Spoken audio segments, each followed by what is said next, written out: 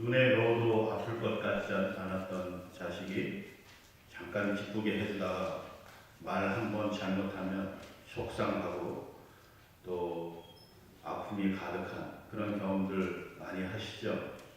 통장에 돈이 그득해서 기뻤다가도 어느 순간에 쑥 빠져나가면 허무함이 밀려오는 그런 경험들 우리가 많이 하게 됩니다.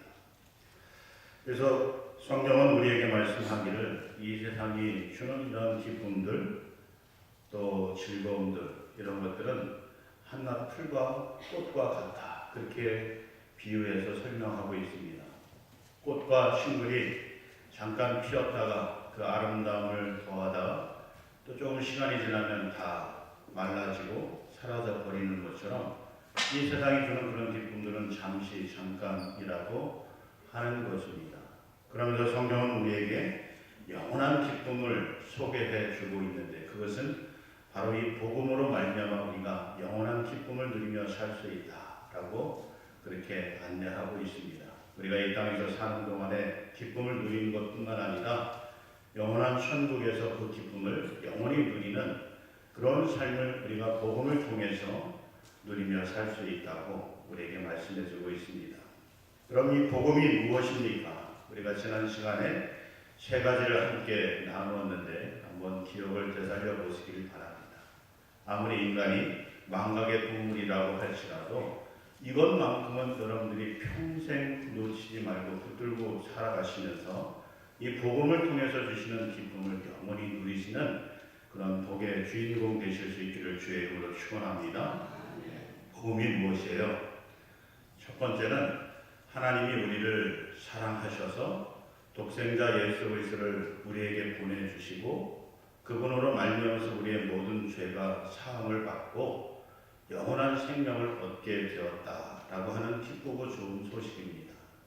우리가 요한복음 3장 16절 말씀을 보시면 하나님이 세상을 이처럼 사랑하사 독생자를 주셨으니 이는 그를 믿는 자마다 멸망하지 않고 영생을 얻게 하려 하십니다 라고 말씀하고 있습니다.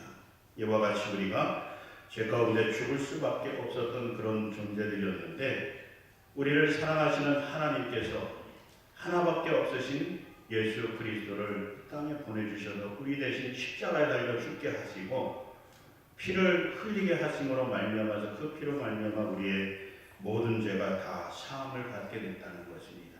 그러면서 우리가 이 땅에서부터 천국의 기쁨을 누리면서 또 영원한 천국에 들어가서도 그 기쁨을 영원히 누리며 살아가는 그런 존재들이 되었다라고 하는 소식이 바로 우리에게 기쁘고 즐거운 복된 복음 소식이라고 하는 것입니다. 두 번째는 그런 예수님께서 죽음의 권세를 이기시고 다시 사셨다는 거예요. 다시 사셨다. 여러분 이 세상에 모든 사람들이 가장 두려워하는 것이 무엇이겠습니까? 질병이죠. 질병에 걸리면 모든 사람들이 다 고통스러워하고 힘들어하기 때문에 그렇습니다. 그래서 그 아픔이 너무도 커서 질병에 걸리지 않기 위해서 무엇이든 하려고 하는 것 아니겠습니까? 그러면서 여러분 궁극적으로는 죽음이라고 하는 것이 우리를 두렵게 만듭니다.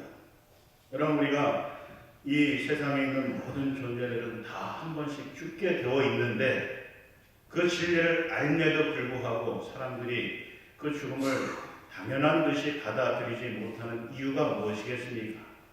죽음뿐만이 아니라 그 죽음 후에는 반드시 심판이 있기 때문에 그렇습니다. 성경도 이것을 우리에게 증거해 주고 있습니다. 사람이 다 한 번 죽는 것은 하나님께서 정하신 이치요 그 후에는 반드시 심판이 있으리라 라고 말씀하고 있습니다. 그래서 이 심판이 나에게 어떤 영원한 삶의 결과를 가지고 올까라고 하는 그런 두려움 때문에 이 죽음조차도 정해진 이치이지만 하나님께서 정하신 것이지만 두려움을 갖게 된다라고 하는 것입니다. 근데 그 죽음의 권세와 두려움을 누가 이기셨습니까? 예수님이 이기셨다는 거예요. 부활하셔서 다시 살아나셔서 이 죽음의 권세를 이기시고 그 두려움을 물리치게 해 주셨다는 것입니다. 그래서 성경은 예수께서 이르시되 나는 부활이요 생명이니 나를 믿는 자는 죽어도 살겠고 무릇 살아서 나를 믿는 자는 영원히 죽지 아니하리라 그렇게 약속하고 있는 겁니다. 우리가 예수님, 부활하신 예수님을 믿으면 우리가 죽어도 다시 살아나서 영원히 살게 될 것이다. 그렇게 약속하고 있는 것입니다. 이것이 우리에게 정말 기쁘고 좋은 소식이 되는 것. 이것만큼 더 좋은 소식이 무엇이 있겠어요? 잠깐 있다 사라질 것 충만하다고 그것이 우리를 영원히 기쁘게 만들까요? 그렇지 않습니다. 영원히 사는 것. 그것도 지옥이 아닌, 고통스러운 지옥이 아닌 영원한 기쁨이 있는 천국에서 영원히 산다는 이 소식만큼 우리에게 더 좋은 소식은 없다라고 하는 거죠. 그러면서 여러분, 복음이라고 하는 것은 우리가 예수님 안에서 살아갈 때 우리가 이 땅에서도 풍성한 삶을 살 수 있다라고 하는 소식입니다. 여러분, 요한복음 10장 10절 말씀에 보시면 도둑이 오는 것은 도둑질하고 죽이고 멸망시키려는 것뿐이요 내가 온 것은 양으로 생명을 얻게 하고 더 풍성히 얻게 하려 함이라 라고 말씀하고 있습니다. 우리가 예수님 안에 있으면 생명을 얻는 것뿐만 아니라 더 풍성함을 누리면서 살아갈 수 있도록 해주신다는 것입니다. 그래서 이 풍성한 삶이라고 하는 것은 지난 시간에도 말씀을 드렸지만 하나님을 영원하게 하는 삶, 그래서 하나님이 기뻐하시고 그 기쁨이 우리에게도 전가되어져서 충만해져서 우리도 하나님의 기쁨을 누리면서 사는 삶을 풍성한 삶이다 이렇게 말씀을 드렸습니다. 그러면서 이 풍성한 삶이라고 하는 것은 말 그대로 풍요로운 삶을 이야기해요. 뭔가 좀 풍성해요. 그래서 그 모습을 볼 때마다 우리가 아름답다 그렇게 생각할 수 있는 삶을 이야기하는 것입니다. 우리가 성도들의 삶을 볼 때 겉으로 보기에는 나이 드시고 연약하고 좀 삶에 있어서도 좀 부족함이 있는 것 같고 그렇지만 그가 예수로 인해서 늘 기뻐하고 감사하며 어떤 어려움이 있어도 무너지지 않고 담대히 일어서서 살아가시는 그 모습을 보면서 참 멋지다, 아름답다, 나도 저런 삶을 살고 싶다라고 하는 이런 영향력을 줄 수 있는 삶이 바로 풍성한 삶이라고 하는 것이죠. 근데 우리가 이런 풍성한 삶을 어떻게 살아갈 수 있다고 성경이 우리에게 가르쳐주고 있냐면 예수 안에 있습니다. 예수님과 함께 동행하는 삶이 될 때, 그럴 때 우리가 이런 삶을 살 수 있다라고 그렇게 전하여 주고 있는 것입니다. 그래서 우리가 이런 복음으로 말미암아서 우리가 기쁨이 가득한 그런 삶을 살 수 있게 되는 것이고 이 질병과 죽음의 고통과 두려움을 이기고 견딜 수가 있게 되는 것이다 라고 하는 것입니다. 그러면서 날마다 승리하고 감사하며 사는 그런 풍성한 삶의 주인공이 된다라고 하는 것입니다. 바라기는 우리 모든 성도들이 이 복음으로 말미암아서 기쁨이 가득하고 풍성한 삶의 주인공이 되실 수 있기를 주의 이름으로 축원합니다. 근데 여러분, 이 복음의 시작은요, 하나님이 우리를 사랑하셨다 라고 하는 이 말씀에서부터 시작이 되는 것입니다. 하나님이 우리를 사랑하셨다. 그러면 오늘 이 본문 16절 말씀에 보시면 하나님이 우리를 사랑하시는 사랑을 우리가 알고 믿었노니 하나님은 사랑이시라 그렇게 증언하고 있습니다. 하나님이 어떤 분이신가 라고 이야기할 때 하나님은 사랑의 하나님이시다 라고 하는 겁니다. 사랑이신 하나님이 우리를 사랑하시고 그 사랑으로 우리 사람을 창조하셨다라고 하는 것입니다. 그래서 창세기 1장 27절 말씀해 보시면 하나님이 자기 형상 곧 하나님의 형상대로 사람을 창조하시되 남자와 여자를 창조하셨다라고 말씀하고 있습니다. 하나님이 우리를 사랑하셔서 우리를 하나님의 형상을 가진 존재로 창조하셨다는 거예요. 우리 사람이라고 하는 존재는 하나님 형상을 가진 그런 존재예요. 이 세상에 많은 피조물들이 있죠. 동물도 있고 식물도 있고 바위도 있고 땅도 있고 하늘도 있고 그러면서 사람이 있습니다. 근데 그 모든 피조물 가운데서 하나님의 형상을 가진 존재는 유일하게 사람밖에는 없다는 거예요. 사람밖에. 근데 그 하나님의 형상이 무엇일까? 여러분 한번 생각해 보셨습니까? 하나님의 형상을 가진 사람. 그러면서 이 하나님의 형상이라고 하는 것이 무엇일까? 우리가 이 말씀을 통해서 보게 되면 이 하나님의 형상이라고 하는 것은 바로 하나님의 사랑을 이야기하는 겁니다. 하나님이 어떤 분이시라고 말씀드렸어요. 오늘 이 본문에도 보면 하나님은 사랑이시라 그렇게 말씀하고 있습니다. 하나님 형상은 사랑으로 표현될 수가 있어요. 그 형상대로 만들어진 존재가 바로 사람인데, 그렇다고 한다면 사람은 어떤 존재냐? 너는 누구냐? 그렇게 이야기할 때 나는 사랑이라 그렇게 이야기할 수 있는 거죠. 왜? 사랑이신 하나님의 형상을 이어받은, 또 그것으로 창조된 존재가 바로 우리 자신이기 때문에 그런 겁니다. 그래서 하나님께서는 사랑으로 세상과 사람을 창조하시고 창세기 1장 31절에서 말씀하시기를 보시기에 신이 좋았다 그렇게 고백하고 계십니다.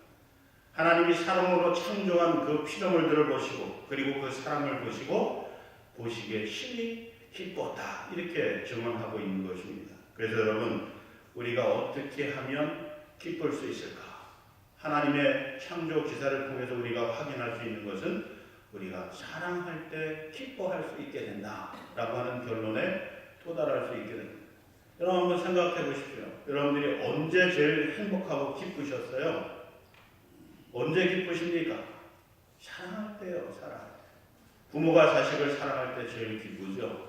자녀가 부모님을 진심으로 사랑하고 존경할 때 기쁩니다.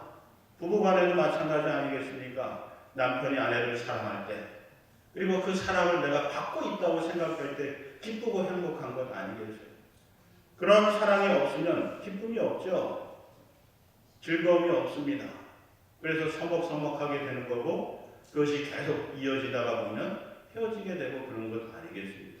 그래서 사람은 사랑이 있을 때, 사랑할 때, 사랑받을 때 기뻐하고 즐거워하게 되는 것이다 라고 하는 것입니다. 여러분, 성도와 성도 사이에도 마찬가지입니다. 서로 사랑하는 관계가 될 때 그 속에 기쁨이 있고 감사가 있고 즐거움이 넘치게 되는 거예요. 내가 신앙생활을 하는데 기쁨이 없다.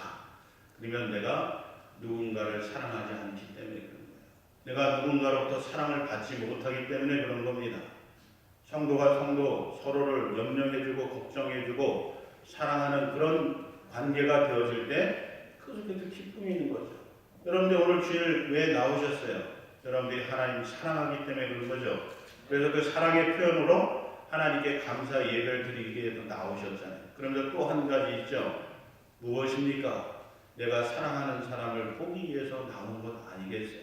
그래서 예배 끝나고 나면 3, 4, 5 모여서 같이 식사하고 차를 마시면서 또 한 주간 있었던 일들을 함께 나누고 교제하고, 이게 다 사랑의 행위 아니겠느냐. 사랑하기 때문에 보고 싶은 거고, 만나서 사랑의 교제를 나누면서 기쁨이 충만해지는 거죠. 그리고 그 기쁨을 가지고 다시 세상으로 나가서 또 그 사랑을 나누면서 살아가는 삶, 이게 바로 그리스도인의 삶이고 신앙생활이 되는 것이다 라고 하는 것입니다. 그래서 우리가 늘 이 사랑이 우리 가운데 충만해지기 위해서는, 그래서 이 기쁨이 우리 가운데 가득하기 위해서는 어떻게 해야 될까? 여러 가지 많이 있겠지만 제가 제일 중요하게 생각하는 것은 바로 이 약속이라고 하는, 약속을 지키는 삶, 이것을 통해서 우리 가운데 사랑이 충만하게 된다는 것이죠. 여러분, 부부간에도 이 약속을 잘 지키면 그 사랑의 관계가 계속 지속되고, 그로 인해서 그 기쁨이 가득한, 감사가 넘치는 부부의 삶을 살 수가 있는 거예요. 여러분, 대부분 많은 사람들이 결혼하고 나면 변하죠. 바뀌게 되죠. 약속을 다 잊어버리게 됩니다. 우리가 창세기 말씀에 보면 처음 하나님이 이 아담을 창조하시고 혼자 있는 것이 보기 좋지 않아서 이 하와를 만들어서 그 옆에 붙여주시죠. 그래서 부부가 되게 하셨어요. 그때 아담이 고백하는 소리를 들어보셨습니까? 이는 내 살 중에 살이요 뼈 중에 뼈라. 가장 최고의 극찬에 고백을 하게 되지 않습니까? 정말 이 하와가 있음으로 인해서 기쁘고 즐겁다는 그런 표현을 하고 있어요. 자, 근데 점점 시간이 지나가면서 어떻게 합니까? 책임을 전가하고 저 사람 때문에 내가 죄를 짓게 되었다고 그렇게 이야기하는 아담과 하와가 되지 않아요. 왜 그래요? 약속이 깨졌기 때문에 그래요. 약속을 지키지 않았기 때문에 그렇습니다. 무엇보다도 하나님과 약속했던 것을 지키지 않았기 때문에 그 약속이 깨짐으로 인해서 그 가정 가운데 불화가 생기게 되고 기쁨이 사라지는 그런 결과를 맡게 됐다는 거예요. 부부 간의 관계도, 부모 자식 간의 관계도, 성도와 성도 간의 그런 관계도 마찬가지라는 거예요. 약속을 지킬 때 사랑이 가득하게 되는 거고 그로 인해서 기쁨이 이어지게 되는 것이다 라고. 그 약속이 깨지게 되면 그 사랑의 관계도 깨지게 되는 거예요. 내가 정말 당신만 보고 당신만 사랑하겠다고 그렇게 약속하고 결혼을 했는데 얼마 지나지 않아서 딴 사람 바라보게 되고 그로 인해서 그 관계가 깨지는 그런 결과를 가져오게 되는 것 아니겠습니까? 그에도 여러 가지 이유가 있겠지만 그런 거 아니에요. 하나님과 사람과의 관계도 마찬가지예요. 하나님이 처음 사람을 만드시고 이렇게 약속의 말씀을 주셨어요. 창세기 2장 15절 16절 말씀 보니까 여호와 하나님이 그 사람에게 명하여 이르시되 동산 각종 나무의 열매는 내가 임의로 먹되 선악을 알게 하는 나무의 열매는 먹지 말라. 내가 먹는 날에는 반드시 죽으리라. 그러면서 네가 이것을 먹지 않고 살아가면 이 에덴 동산에서 모든 것을 다 누리며 살 수 있게 해주시겠다고 했어요. 그래서 실제로 아담이 에덴 동산에서 모든 실과의 열매를 다 먹었어요. 먹고 싶은 나무의 열매들, 과실들, 과일들 다 먹으면서 행복하게 기쁨으로 살았다는 거예요. 다만 뭐 하지 않으면, 내가 내게 명한 이 선악과 나무 열매를 먹지 않으면 다른 건 다 누리도록 해주겠다. 뿐만 아니라 하나님이 이 아담에게 어떤 기쁨을 주십니까? 내가 공중에 나는 새와 들짐승의 이름을 지어주라. 그렇게 이 창세기 2장 19절 말씀을 통해서 아담에게 이 창조의 기쁨을 누리도록 해주셨어요. 내가 부르면 그것이 곧 그 동물의 이름이 되는 거예요. 식물의 이름이 되는 거예요. 이게 얼마나 기뻐요. 우리 부모님들이 자녀를 낳고 나서 그 이름을 지을 때 얼마나 고심하면서 이름을 지어요. 그래서 그 이름을 부를 때 얼마나 기뻐하십니까? 할아버지도 그렇고 아버지도 그렇고 엄마도 그렇고 자녀 이름을 부를 때 얼마나 기뻐요. 주영아, 그럴 때 주영이도 기쁘지만 부모님이 더 기뻐하시는 거예요. 근데 그 기쁨을 하나님께서 이 아담에게 주셨어요. 어떻게 할 때? 네가 내 말대로 순종하면서 살면, 그리고 나를 진심으로 사랑하면 이 모든 것을 누리게 해주겠다. 그렇게 약속하셨던 거예요. 근데 그 약속을 누가 깨뜨립니까? 아담이 깨뜨리잖아요.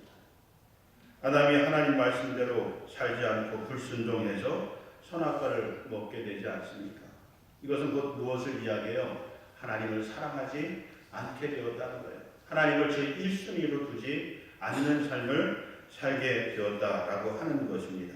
여러분, 그로 인해서 어떤 결과가 우리에게 닥쳐왔습니까? 로마서 8장 22절 말씀에 보시면 피조물이 다 이제까지 함께 탄식하며 함께 고통을 겪고 있다라고 합니다. 아담 한 사람이 하나님과의 약속을 깨뜨리고 그 자신이 중심이 되어서 자기 마음대로 살아가는 결과 그 혼자만 고통스럽게 된 것이 아니라는 거죠. 모든 피조물들이 함께 탄식하고 고통 가운데 빠졌다는 거예요. 사람들뿐만 아니라 이 세상에 하나님께서 창조하신 모든 피조물들이 이 아담 한 사람의 죄로 인하여서 함께 고통스러운 삶을 살아가고 있다라고 하는 것입니다. 이것을 바로 하나님께서 죄라고 말씀하신 거예요. 하나님과의 약속을 깨뜨리는 것, 이걸 죄라고 말씀하시는 거죠. 하나님을 인정하지 않고 자기가 마치 하나님인 양 행동하고 세계를 경영하는 것이 아니라 자기 마음대로 착취하고 남용하는 것, 이것을 성경은 죄라고 규정하고 있는 것입니다. 그런 죄 가운데 기쁨보다는 오히려 고통과 신음이 가득한 삶을 살아가게 된다는 거예요. 사람의 삶도 마찬가지입니다. 나의 삶, 내 인생을 창조하신 분은 하나님이시죠. 하나님이 내 인생의 주인이시고 내 삶을 통해서 영광을 받으시길 원합니다. 그로 인해서 하나님이 기뻐하시고 그 기쁨이 우리에게도 충만하기를 원하십니다. 이것이 사람을 향한 하나님의 처음 계획이셨어요. 사람을 창조하시면서 우리에게 갖고 계셨던 그 계획이라는 것이죠. 그런데 우리 사람들이 어떻게 합니까? 나의 기쁨과 행복을 유지시켜줄 만한 것들을 찾아다니지 않아요. 하나님을 찾기보다는 나를 기쁘게 하고 즐겁게 해줄 만한 것들을 찾아다닌다는 거예요. 그것을 지켜줄 수 있을 만한 것이 설령 귀신이라고 한다면 그 귀신을 찾아가는 그런 존재가 되어버렸다는 거예요. 그래서 사람들이 사주팔자를 보고 또 그러면서 이 구술하기도 하고 그러면서 또 다른 신들을 섬기는 그런 모습을 보여주는 것 아니겠습니까? TV 보기를 즐겨하고 또 먹는 것을 탐하고 뭐 등등 이 모든 것을 통해서 물론 그것들을 통해서 여러분들이 기쁨을 얻지 말라는 것이 아닙니다. 너무 지나치게 그것을 탐하다 보니까 하나님이 사랑하는 일에서 멀어지게 되는 그런 삶의 결과를 우리가 경험하고 있다라고 하는 것입니다. 뿐만 아니라 어떤 사람들은 나의 부와 권세를 지켜줄 수만 있다고 한다면 잠깐 불의와 불법을 행하여도 괜찮다고 생각하는 사람들이 우리 그리스도인들 가운데서도 많이 있다라고 하는 것이죠. 나에게 기쁨을 줄 수 있다면 때로는 마약을 해도 때로는 술에 취해서 살아가도 큰 문제가 안 된다고 생각하는 사람들이 많다라고 하는 거예요. 그러나 여러분 이 모든 것은 바로 생사화복을 주관하시는 하나님을 진실로 그 마음속에 믿고 살아가는 삶의 모습이 아니라라고 하는 것입니다.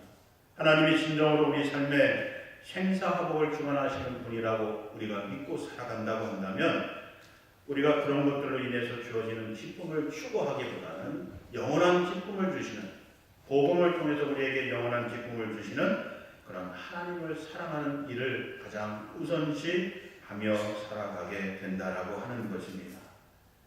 여러분 그래서 이러한 기쁨이 우리 가운데서 충만하게 되어지려고 그러면 우리가 어떻게 해야 될까? 두 가지만 마지막으로 함께 나누고 마치겠습니다. 첫 번째는 여러분 우리가 날마다 이 그리스도 안에 거하는 삶을 살아가야 됩니다. 예수님과 함께 동행하는 그런 삶을 살아야 된다는 거예요.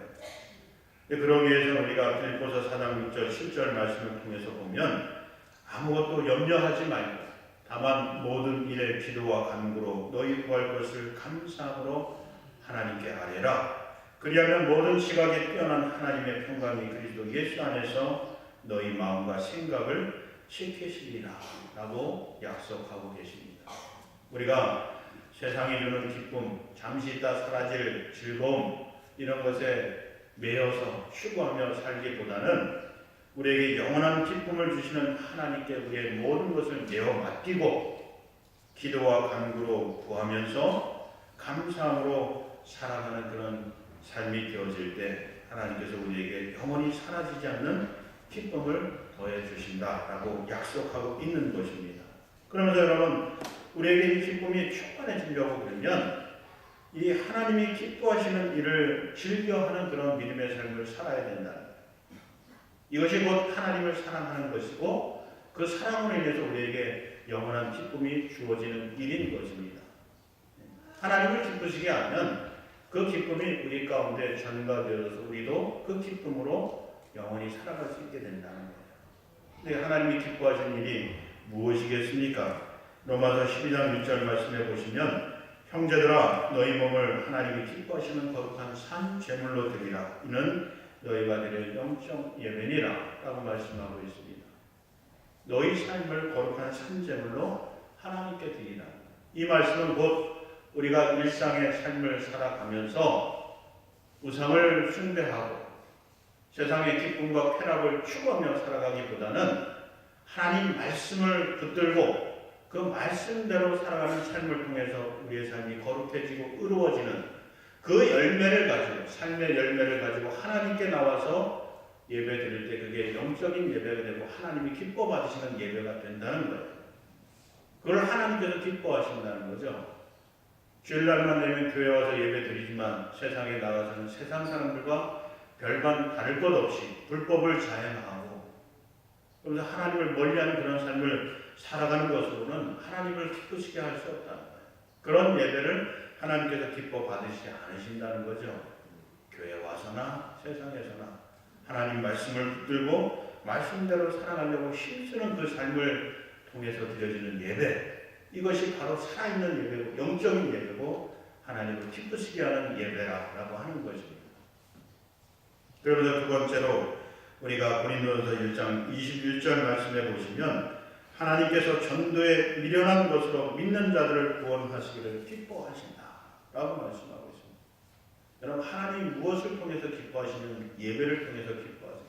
그 예배는 우리의 거룩한 삶이 담보된 그런 예배를 기뻐 받으신다는 것. 그러면서 두 번째로 전도를 통해서 한 영혼이 구원될 때 하나님이 기뻐하신다.